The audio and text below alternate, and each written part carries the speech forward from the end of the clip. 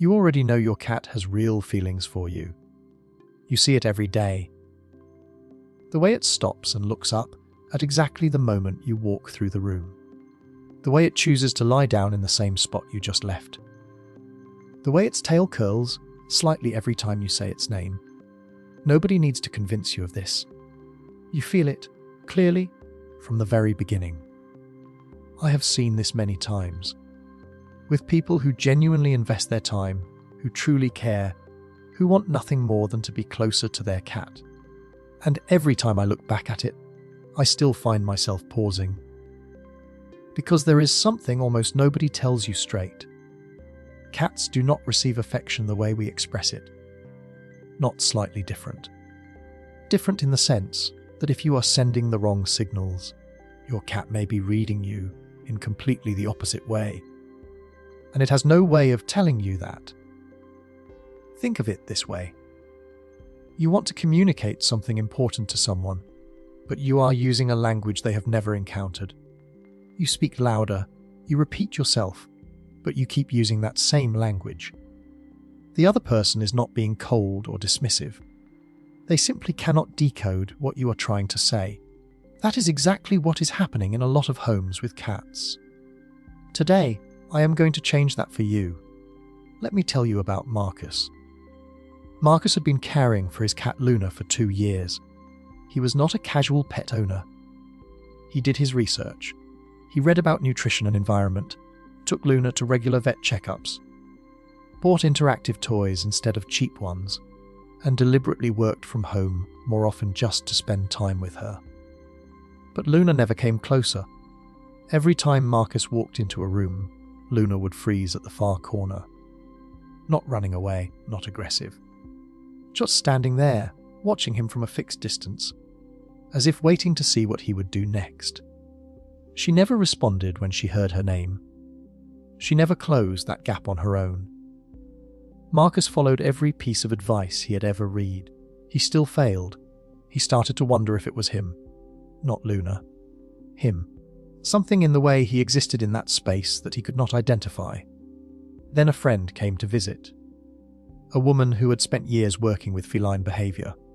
She did not say anything right away. She sat and watched Marcus and Luna for 15 minutes. Just observed. She watched how Marcus approached Luna, how he called her name, how he crouched down and reached out, how Luna held still, ears slightly rotating, eyes never leaving him. After 15 minutes, she turned to Marcus and said, "Luna is not cold. She is confused." Marcus had nothing to say. Because that was the first time anyone had put an exact name on what he had been watching for 2 years without understanding. Luna did not dislike him. Luna was trying to read him, and the signals he was sending did not match anything in her frame of reference. Think of it this way. If someone knocks on your door, using a gesture that in their culture means knocking, but in your culture that same movement signals a warning, you will not open the door, not because you do not want to, because you read the message wrong. That was precisely what was happening between Marcus and Luna. 3 weeks after Marcus changed his approach, things began to shift. In the first week, Luna stopped freezing in the corner. She started staying in the room when Marcus walked in, even if she kept her distance. By the second week, she gently bumped her head against his ankle as he walked past the kitchen. Marcus stood completely still, afraid that moving would break the moment. By the end of the 3rd week, Luna climbed onto the cushion next to him on the sofa, then let out a small sound when she heard her name. And then one evening, Luna looked directly into Marcus's eyes and slow blinked. Marcus stood still for a long time. He understood it not through anyone's explanation, but through the feeling in that exact moment. Luna was talking to him. For the first time in 2 years, she was actually talking to him. What Marcus learned in those 3 weeks, and what that woman showed him, is the foundation of 6 small daily changes I am about to share with you today. Not intuition-based tips. Not random tricks. These are 6 habits built from how cats actually process the world around them, from behavioral science, from real observation. When you do them right, your cat does not recognize you through guesswork. It recognizes you through its own language. And by the end of this video, you will know exactly what to do, starting today. There is just one thing I want to mention first. The sixth habit, the one most cat owners have never thought to try, may be what holds all 5 others together. Do not turn this off before you get there. Let us begin. The first habit, the eye signal. Most of us think looking directly into a cat's eyes is a way of showing affection. Look longer, look more directly, as if that proves you care. For a cat, a fixed stare is something else entirely. Not affection. It is a confrontational signal. Think about a stranger walking straight up to your face, saying nothing, just staring, unblinking, not looking away. You would not feel cared for. You would be on guard immediately. That is what your cat is processing every time you stare at it. Research from the University of Sussex found that cats approach unfamiliar people significantly more readily when that person uses a slow blink compared to a neutral expression. A slow blink, eyes closing slowly, opening gently, is how cats say, "I am not a threat. I am at ease here. Do this." When your cat is relaxed, catch its gaze. Close your eyes slowly, about 2 seconds. Open them. Repeat a few times. You do not need to move closer. You do not need to call its name. Just catch its eye from across the room and do it. Many cats will respond immediately. Some look away, then look back. That is them processing a message they are not used to receiving from you. Morning while you are having something to drink. When you pause during work. In the evening when you are sitting still. 2 seconds. Every day. The second habit happens at the exact moment you open the door and walk in. And most of us are getting it completely wrong there. Without realizing it, you come home. You are happy. You see your cat, you bend down, you reach out straight away. Or you call its name loudly. Or you walk quickly toward it. To a human, that reads as enthusiasm. To a cat, that is being approached before it has had a chance to gather enough information. Imagine coming home after a long day, and before you have even put your bag down, someone is hugging you tight, firing questions at you, standing too close with completely good intentions. You would not feel welcomed. You would feel crowded. Instead, do this. Come in, say a short word or two in a quiet, even voice. Lower yourself, sit or crouch so you are not a tall figure looming over it. Extend one finger at nose level. Then wait. Your cat will come and sniff your finger. That is how it gathers information.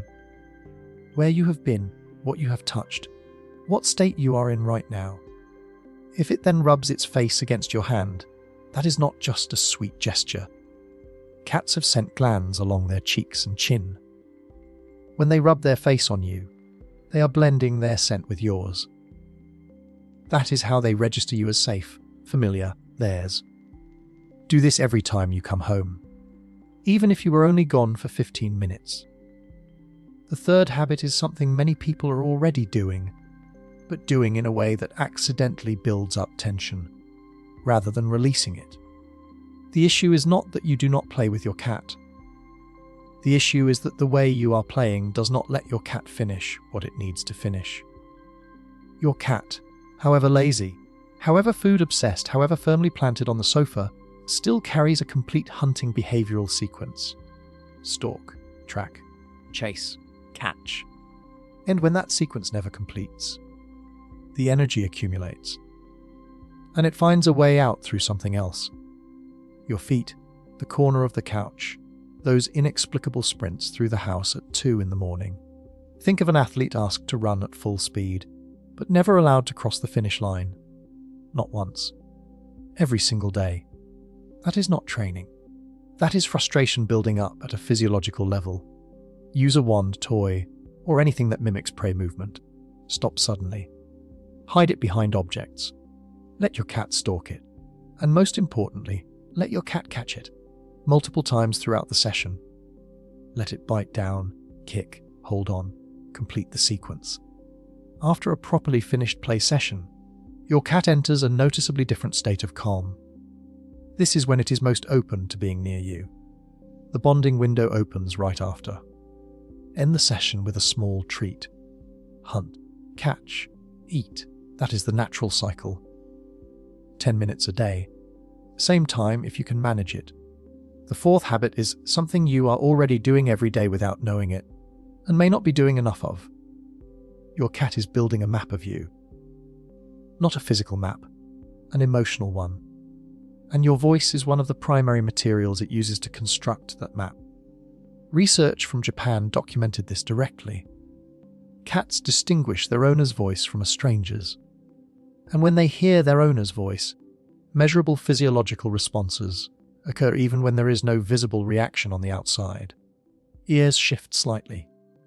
Pupils make a small adjustment. Breathing recalibrates. They are processing, even when they appear to be asleep. Think of familiar background music in a room you have never been in before.